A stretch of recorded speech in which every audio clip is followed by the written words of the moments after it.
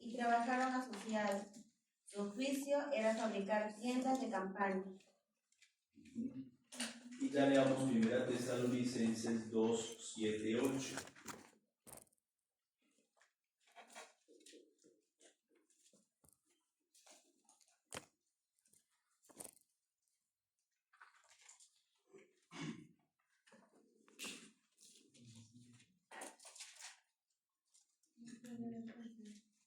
A pesar de que, como apóstoles de Cristo, hubiéramos podido ser desgravosos, por el contrario, nos hicimos pequeños entre ustedes, imitando a la madre que da calor a sus hijos. Y era tal nuestra preocupación por ustedes, que estábamos dispuestos a darles no solo el Evangelio, sino también nuestra propia vida. Tan queridos habían llegado a ser para nosotros. Ahí hace referencia que Pablo no le interesaba este oficio de predicador por adquirir algunos bienes económicos o también algún estatus social. Dentro de esa cercanía o esa intimidad que tenía con sus comunidades, maneja mucho los términos de filiación, como lo acabamos de escuchar, ¿cierto? Refiriéndose mucho a sus comunidades o a los fieles de las comunidades como hijos. Leamos al menos 2 Corintios 12, 14.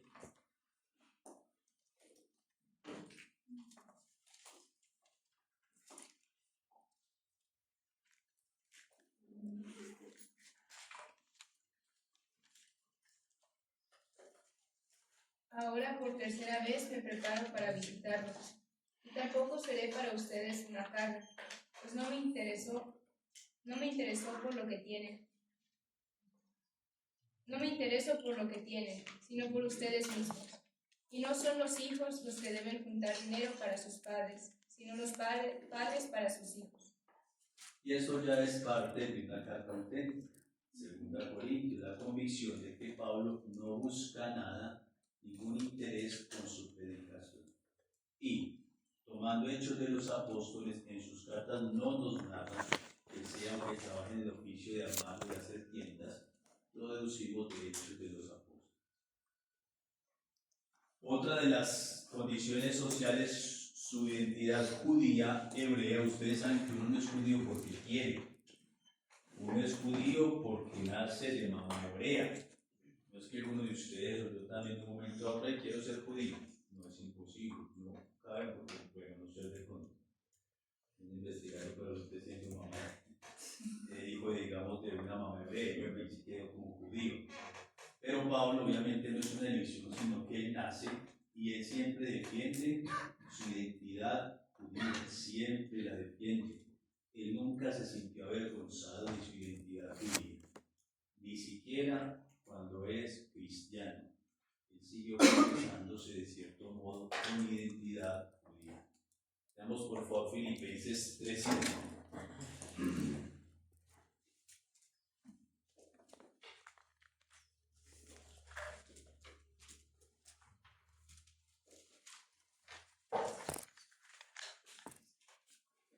Fui circuncidado al 8º día. Pertenezco al linaje de Israel, a la tribu de Benjamín. Soy hebreo e hijo de hebreos. En cuanto a la ley, fariseo. Ahí está, hijo de hebreos, tenerlo también presente. Entonces, ¿cómo podríamos identificar si es hijo de hebreos? ¿Dónde está su familia? ¿Dónde hace referencia? La única acotación o información que tenemos la tomamos de Romanos 16:13.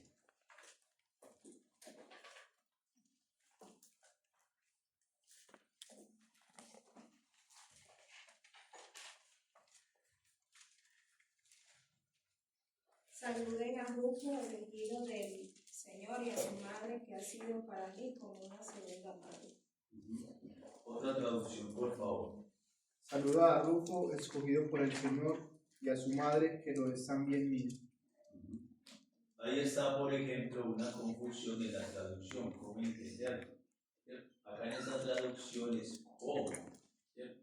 Allá en esta otra traducción nos hace como claridad en qué es. No es lo mismo a es a cómo mi madre. Entonces Entonces ahí está la confusión para algunos exegetas, porque este Rufo vendría a ser hermano de sangre. Pablo estaría haciendo, digamos, referencia a la mamá también consanguínea, mamá de sangre, o como también se podría entender estas relaciones muy cercanas entre personas hasta el punto de llamarnos mutuamente padres, madres, hermanos, hermanas, y como todos también podríamos tener como una segunda madre, puede ser que no sea la de sangre, pero a otra persona, a otra señora, yo lo considero como mi mamá, muy manejado dentro de este ámbito. Y también eso pues ha servido para explicar eso de si María tenía más hijos, o no tenía, o Jesús tenía más hermanos, o no los tenía. Sobre todo porque viene de un término griego, singenes,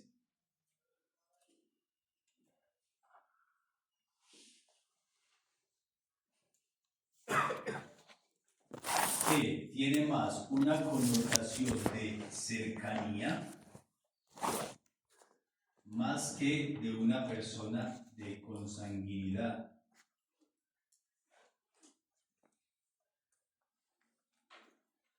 Por eso de pronto es plausible uno decir como mi madre, no es mi madre, como mi madre, podría uno también interpretar. Pero bueno, eso hace parte también como de la crítica, sobre todo para rescatar que entre los parientes, cuando hay una relación muy estrecha, es posible que uno diga padre y madre, y también se ve en otros casos, pues concretamente. Perdón, esa palabra es en que... En griego. Como singenes. Hay una pregunta, entonces, cuando San Pablo dirige siempre, pues, que hacen las cartas auténticas que dice, querido hermano, es por lo que usted se está refiriendo de esa cercanía de ser una sola familia sin ser en grado consanguíneo. Más que cuál es el limitante nuestra y veces son las lenguas. Porque cuando uno de pronto a la lengua, en este caso el griego concretamente, el griego tiene la particularidad de que para un término nuestro puede expresar dos términos. Por ejemplo, en griego, el famoso ginosko, el famoso oida. Los dos pueden traducirse como un tipo de conocimiento. Pero cuando se encuentra oida, es un conocimiento más íntimo, ¿cierto? De un descubrirse interiormente. Ginosko simplemente es una lucubración mental, como cuando usted conoce algo superficialmente. Entonces, cuando vamos con estos términos, por eso se cita justamente el término para hacer claridad. Si usted va al diccionario, te va a dar referencia que no se trata de tipo de sangre consanguíneo, sino más de cierta cercanía que se utilizaba, digamos, en aquel entonces. Entonces, uno cuando va al texto, no tendría que identificar, pero generalmente en las otras cartas, cuando habla, digamos, de mis hijos, tampoco podríamos decir que Pablo en realidad tuvo hijos, ¿cierto? De manera de que sean consanguíneos, sino más que todo como de cercanía. Pero esto referido o tratando de dar respuesta porque Pablo es hebreo. Tenía que haber nacido una mamá hebrea. Entonces, buscando ahí en los textos, pues encontramos esta referencia bíblica. Pero bueno, tampoco es que nos dé como mucha certeza si verdaderamente conocemos o hizo mención de que era la mamá de Pablo y que su hermano pues se llamara justamente como que Rufo. Respecto a los hijos, la pregunta que usted hacía, ahí tendríamos que responder, entonces ¿Pablo era casado o no? Recordemos que en los inicios del cristianismo había una herejía, sobre todo con el gnosticismo, que veía muy mal cuando una persona de cierto modo como que, mejor dicho, promulgaba también el quedarse uno sin mujer, y veces sin hijos. Entonces, claro, que Pablo fuese criticado de pronto el gnosticismo, entonces llegan los padres de la iglesia, lo que es por ejemplo un Clemente de Alejandría, un Orígenes,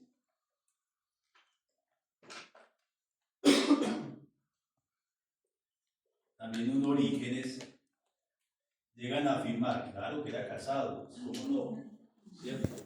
Entonces Pablo lo sostienen ellos, justamente eran como casados, para de pronto no criticar de que Pablo de cierto modo estuviese profesando como cierto gnosticismo, es que no me caso porque esta secta o esta doctrina me lo impide, o en fin. Pero que digamos, certeza de sus cartas no las tenemos. El que sea propiamente casado. Otros llegan a afirmar que Pablo de pronto dejó a su mujer mientras hacía la misión, sus viajes misioneros, entonces tampoco por eso tenemos conocimiento de su mujer. Y todavía se complica más la cosa, porque Pablo en realidad, en la carta a los Corintios, en la primera, promulga mucho esto de no casarse. ¿Cierto? Tampoco lo juzga, pero él dice, es conveniente que no se case. Leamos por favor 1 Corintios 9:5.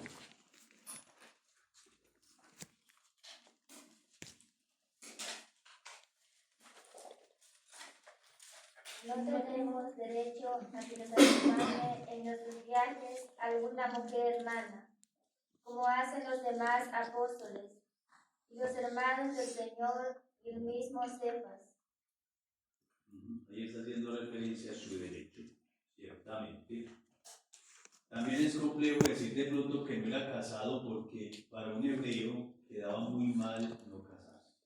Obviamente porque los hijos son una bendición, entonces este judío que no se case quedaba de cierto modo ante su comunidad judía como muy mal, porque de pronto tuvo alguna desviación, en fin, sino porque lo normal sería propiamente casarse. Y además porque dentro de esa dinámica también se propone de cierto modo como modelo. Leamos por favor al menos 7:28. La primera de Corintios. Si te casas no cometes pecado, y tampoco comete pecado la joven que se casa. Pero la condición humana les traerá conflictos que yo no quisiera para ustedes. Es como que de cierto modo promulgar el no casarse. Pablo reconoce ante esta realidad que esto de la castidad justamente es un carisma, que algunos pueden con ello y otros no. Tampoco está juzgando el casarse, simplemente que pueda, bien, que no, pues también no habrá dificultades. Veamos por favor de esa misma 7:34, la primera de los Corintios. La mujer no casada y la joven soltera se preocupan de las cosas del Señor y se consagran a Él en cuerpo y alma. Pero la que está casada se preocupa de las cosas del mundo y de cómo agradar a su marido. También está entonces esta realidad. Conclusión, entonces, tratamos de escudriñar lo que más podamos. Algunos llegan a afirmar que Pablo, mientras era joven, como que no le interesó por el momento casarse. Pero al conocer de Cristo ya no le pareció tan importante porque Pablo como que tenía muy en la mentalidad ya próxima a la parucía. Entonces, ¿de qué vale casarme? Sobre todo en la segunda carta de la segunda Tesalonicenses, tan marcado esto de la parucía, prácticamente justificando, ¿para qué me voy a casar? Ya la segunda venida del Señor está próxima. Entonces no vale los esfuerzos de un matrimonio, de hijos y todo lo demás, de caso y ya te a Jesucristo. Entonces mejor no te caso. Por ese lado. Y ya por último hay una cosa muy marcada en Pablo que nosotros le denominamos el evento de Damasco. Cuando estábamos hablando de por qué Pablo perseguía, ¿sí?, a los cristianos, entonces si era tan observante de la ley judía, ¿qué le pasó? ¿Qué le sucedió a Pablo? Y la posible respuesta la encontramos justamente acá en el evento de Damasco. Algunos dicen, está cuando él se cayó del caballo. Ajá. No, Yo no dice propiamente la Sagrada Escritura, pero justamente este evento de Damasco que lo transformó. Dentro de la fuente de Hechos de los Apóstoles, e incluso debemos ya notar que hay 3 narraciones respecto a este evento. Hasta el mismo Lucas es consciente de esta importancia, no le basta con narrarlo una vez, sino que lo hace 3 veces. La primera vez la tenemos en Hechos 9, 3, 19.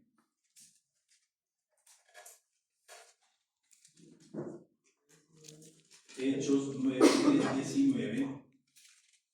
La segunda, Hechos 22, 6, 16.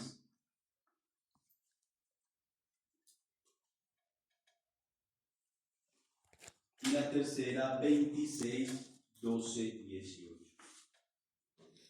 ¿Qué dificultad tenemos con estas tres narraciones?